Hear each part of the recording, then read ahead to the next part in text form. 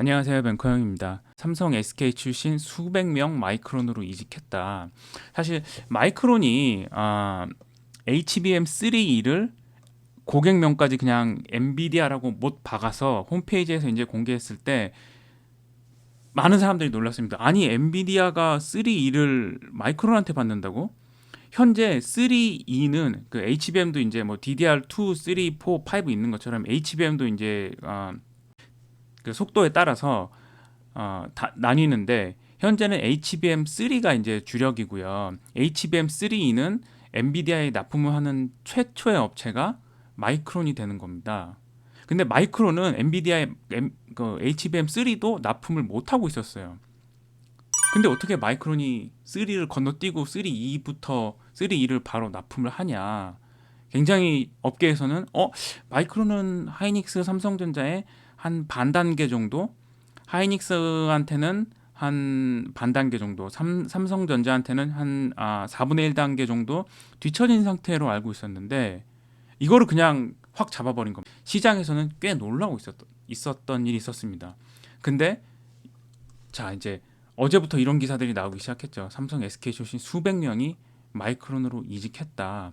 그래서 마이크론이 엔비디아에 HBM3 납품을 시작했다. 엔비디아에 통과되면은 엔비디아만 납품하겠습니까?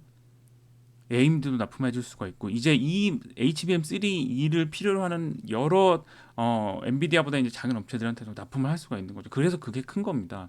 그 정도 능력을 갖춘 데는 삼성전자, 하이닉스 정도밖에 없다고 생각을 했는데 이 시장 규모 자체가 그 시장 규모를 하이닉스가 가장 크고 그거보다 약간 작게 한 뭐 30% 후반, 40% 초반 정도로 삼성전자가 가지고 있고 마이크론은 채 10%도 안 되는 뭐 5%, 10%요 사이 이제 시장 집계 기관마다 다른데 요 정도 갖고 있다가 갑자기 HBM3E를 납품한다고 하니까 시장이 놀란 겁니다. 그 근저에는 삼성 SK 출신 연구원들이 많이 이직을 했다. 이제 여기서 우리가 생각해 봐야 될 점이 저는 이제 두 가지라고 생각하는데 첫 번째는 이직 금지 가처분 조항을 어겼나? 그리고 두 번째는 회사의 비밀을 훔쳐간 게 있나? 요 두 가지가 이제 쟁점이 될 거라고 생각을 합니다. 이 사람들이 입사를 할 때 그 근로계약서에 그 조항이 다 써 있어요. 저 같은 경우도 바클레이즈 입사할 때 어떻게 돼 있었냐면 최소 3개월간은 가든 리브를 회사가 요청할 수 있다. 가든 리브 뭡니까? 가든 리브. 가든은 정원이죠.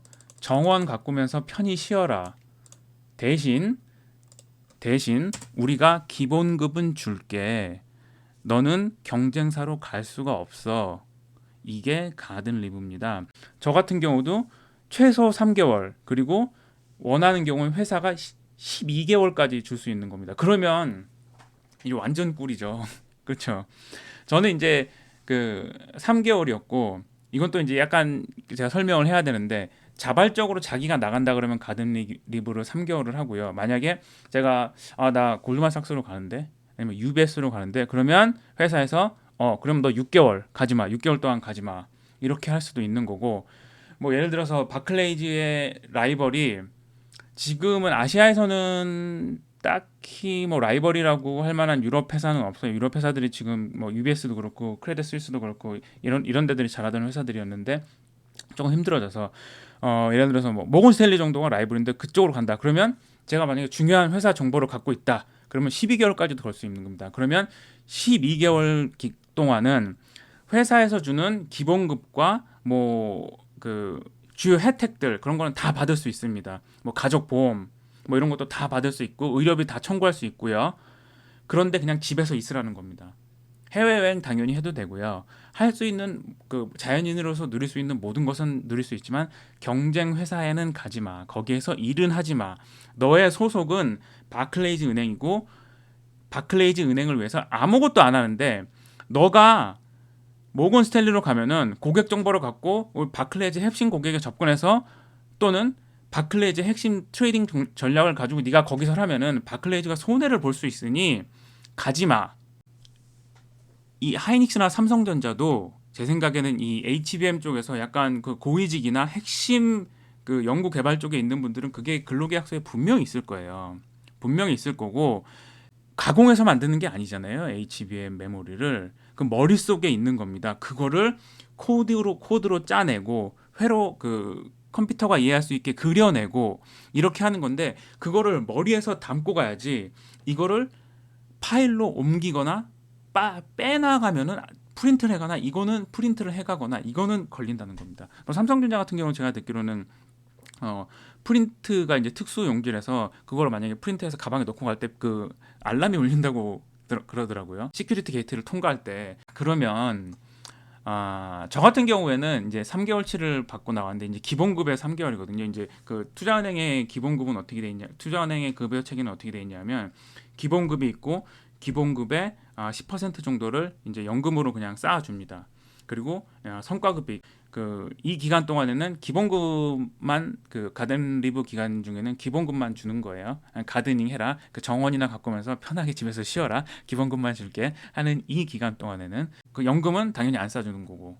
그래서 보통 이 기간 동안 병원 많이 가요. 나 아픈 데 있나? 뭐 이빨 치료도 다 하고 뭐 검사 같은 것도 다 하고. 자, 그 해외 같은 경우는 어떻게 이루어졌나? 그러니까 이런 그 부정경제 방지법 또는 이제 그 회사의 기밀을 훔쳐가는 거에 대해서 어떤 일이 있었나? 자, 살펴보시면 시타델이라는 회사가 점프 트레이딩을 고소한 적이 있습니다. 이게 2012년 일이에요. 2012년.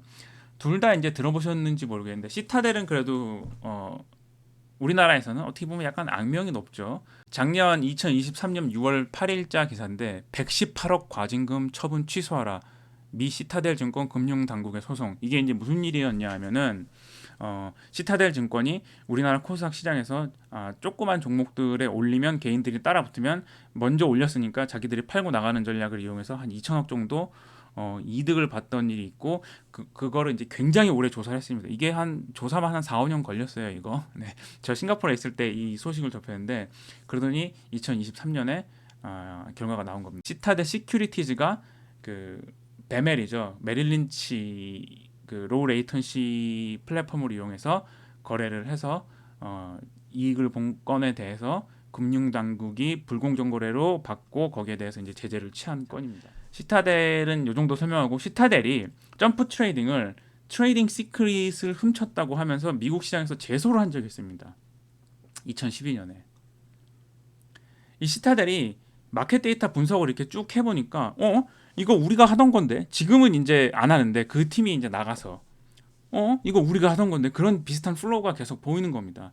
그래서 봤더니 우리 팀에 있던 누구가 점프해 가 있구나. 근데 이거 똑같이 하네. 근데 이거를 이렇게 빨리 한다고? 트레이딩 코드를 만들고 마켓 데이터를 수집하고 다시 이 인프라를 세우는데 충분한 어느 정도 시간이 걸려야 되는데 너무 빨리 하니까 시타델이 딱 눈치 까고 이거 점프해 간 누구가 훔쳤구나. 그래서 그 소송을 제기했고 요겁니다. 미국 법원에서 징역 3년형 실형이 나왔습니다. 징역 3년형 실형이 나왔습니다. 2012년에 소송을 걸어서 2015년 1월 달에 1심 판결이 미국에서 나왔습니다. 결국 실형이 들어갔어요.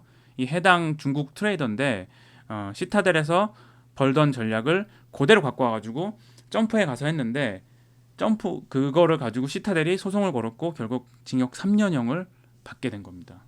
자, 그러면 뭐가 유죄고 뭐가 무죄고 뭐는 되고 뭐는 안 되냐? 트레이딩 전략을 이게 코드가 뭐 수만 줄이 되기도 하거든요. 이거를 그대로 갖고 간다.